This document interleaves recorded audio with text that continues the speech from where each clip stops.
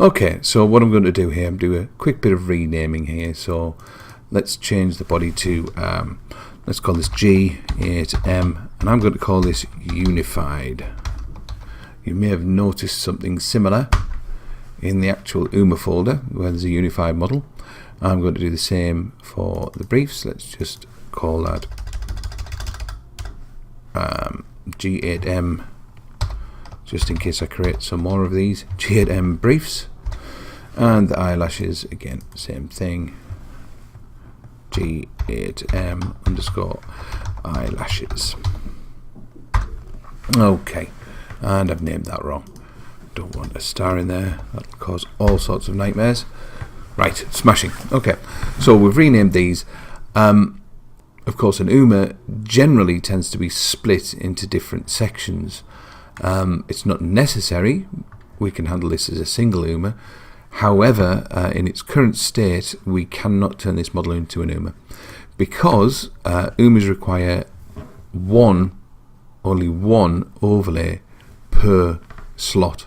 So you can't have a single slot that requires 4 or 5 materials. Yep, you've got to have one overlay per slot. So that means we've got to split this up by material, actually peel the mesh apart. So this is pretty easy to do. Now we've done our material rationalization. We're not going to work on the original mesh, so this G8M Unified we're going to keep intact, but what we are going to do, we're going to quickly Shift D to duplicate that. Okay, I'm going to turn off my original, so my unified one is hidden. So this G8M Unified, I'm going to call this what should I call it? What should be my first part? Let's call this G8M Body or Torso. Yeah, G8M Torso. That's what we're going to call it. So we're gradually going to peel off all of the other pieces of this body that have separate materials.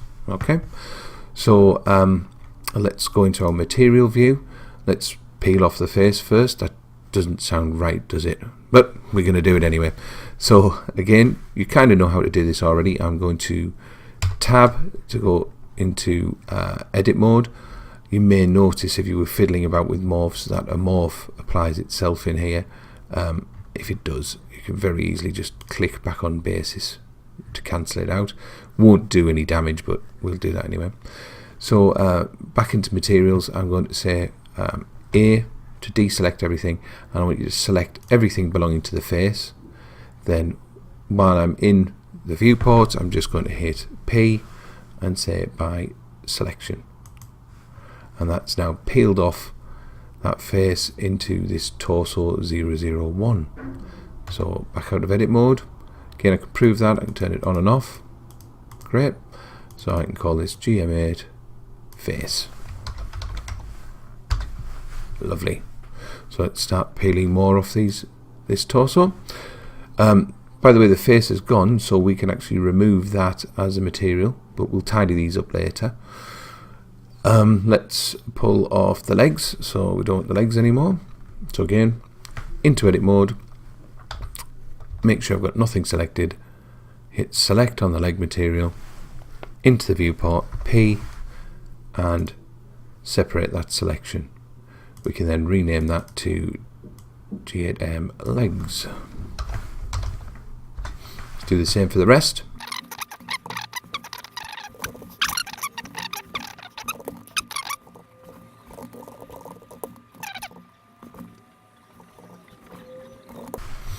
Okay, so we've now separated our model by material. You could have done that in one shot, then you have to hunt through and rename them. I did it one at a time, but you can actually select the entire thing and hit P and say separate by material. It's up to you, but you saw the long-winded way that I know exactly what goes where. So I'm gradually going to go through these now and make sure I only have the material I need. So there's the arms, so I can get rid of everything but the arms material. The cornea, again, let's get rid of everything but the corneas. And I think you know the drill here. Eyelashes, let's deal with those later.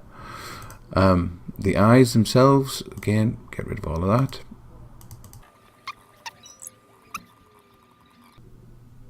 and torso. Right, so everything now has its own material and it's all split off and separated.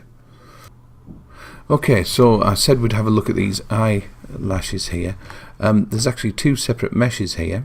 There is something called eye moisture, which is this little area under here, and it gives kind of a tear. You can use it if you want. It's such a tiny detail, it doesn't particularly matter. It tends to use the same material as the actual corneas, a glossy material.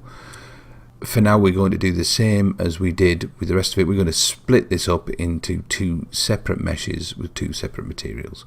So I'll show you the other way, the way you can do it all in one shot. So if I hit E to edit, and I can actually just make sure I've got everything selected this time, hit P and say separate by material. So what we should get there is eyelashes 01 and eyelashes. So you'll see the first one that we created.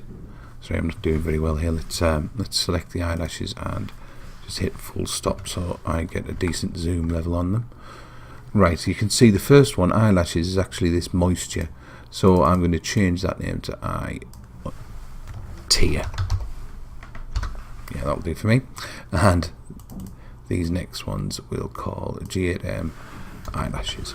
Great, so that's them separated up, and you'll notice when you do it that way it actually peels off the material itself as well that goes with it.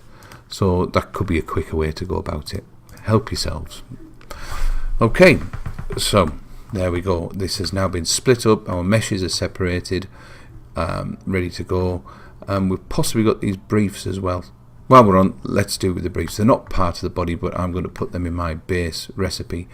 And you'll notice that the briefs have two separate materials here, but they both use the same texture set. So let's merge them. So again, we will go into edit mode.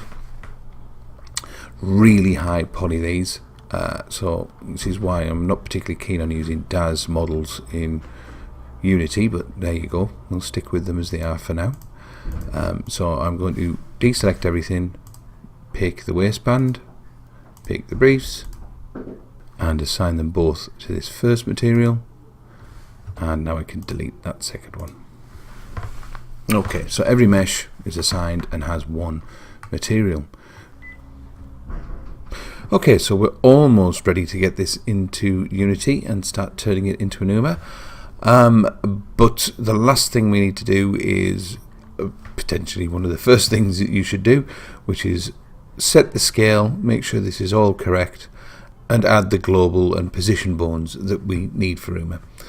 Okay, so we'll make sure we're in object mode. Let's select the entire rig, and as you can see we've got this bizarre scale and bizarre rotation, so we're going to apply that. So I'm going to say Control A. In fact, what's going to happen if I do this now? This is only going to do the actual rig, and it's going to transfer that scale and rotation down through all of these. So I'll have to do them all, which is going to be a pain. So instead I'm going to go into the screen, I'm going to press A and make sure I select everything. Okay, you can see how I've got a highlight on every item. I'm going to Control A and apply rotation and scale to everything. So now if I hit A, if we look individually, this has got a scale of 1, no rotation, and it's the same for all of these guys inside. Okay, that's fantastic. So rotation and scale has been applied. So the next thing we need to do is modify our skeleton, and that's just in front of this hip. We want our global and position bones, which will come in handy for our UMA DNA. The only one that's essential is the global bone, but the position bone, it can be useful if you want to make stumpy legs. So we'll add them anyway. It's what we've always done. So let's select our rig, and we will change to edit mode. There it is, and again you should have seen this before, so I'm going to add 2 single bones. Okay, first bone we will call global, and the second one we will call position. Great. let's go to the global bone, and to make sure it doesn't just dissolve, we will set its head to be 0. In the Y we'll have minus 0.01, really small value, and in the Z nothing, and we'll set the tail to 0, 0, 0. Okay, and the position bone, which is going to sit on top of that, we will have that beginning at 0, 0, 0, and that one basically the exact opposite. Okay, so there we go. We've got 2 minute bones. Yeah, just to make them visible, I'm going to say minus 0.01, not quite so small. Same with, yeah, that position one. Let's have a look. Yeah, we can just about make them out there. That'll be fine. So we've got to parent these, get these all set up correctly. So first of all, let's have the hips. Select those. Shift select our position bone and into the screen. Control P, keep offset, and then from position, shift select global, into the screen, Control P, keep offset. So that's our hierarchy corrected. Okay, that's it. So now that we've done that, we have everything we need to take this into Unity and either use it with UMA or just use it on its own. And once again, I'd like to say a big thank you to my patrons for making this possible. If you would like to support me, feel free to click that link at the end of the video. Thank you very much, and I'll see you next time.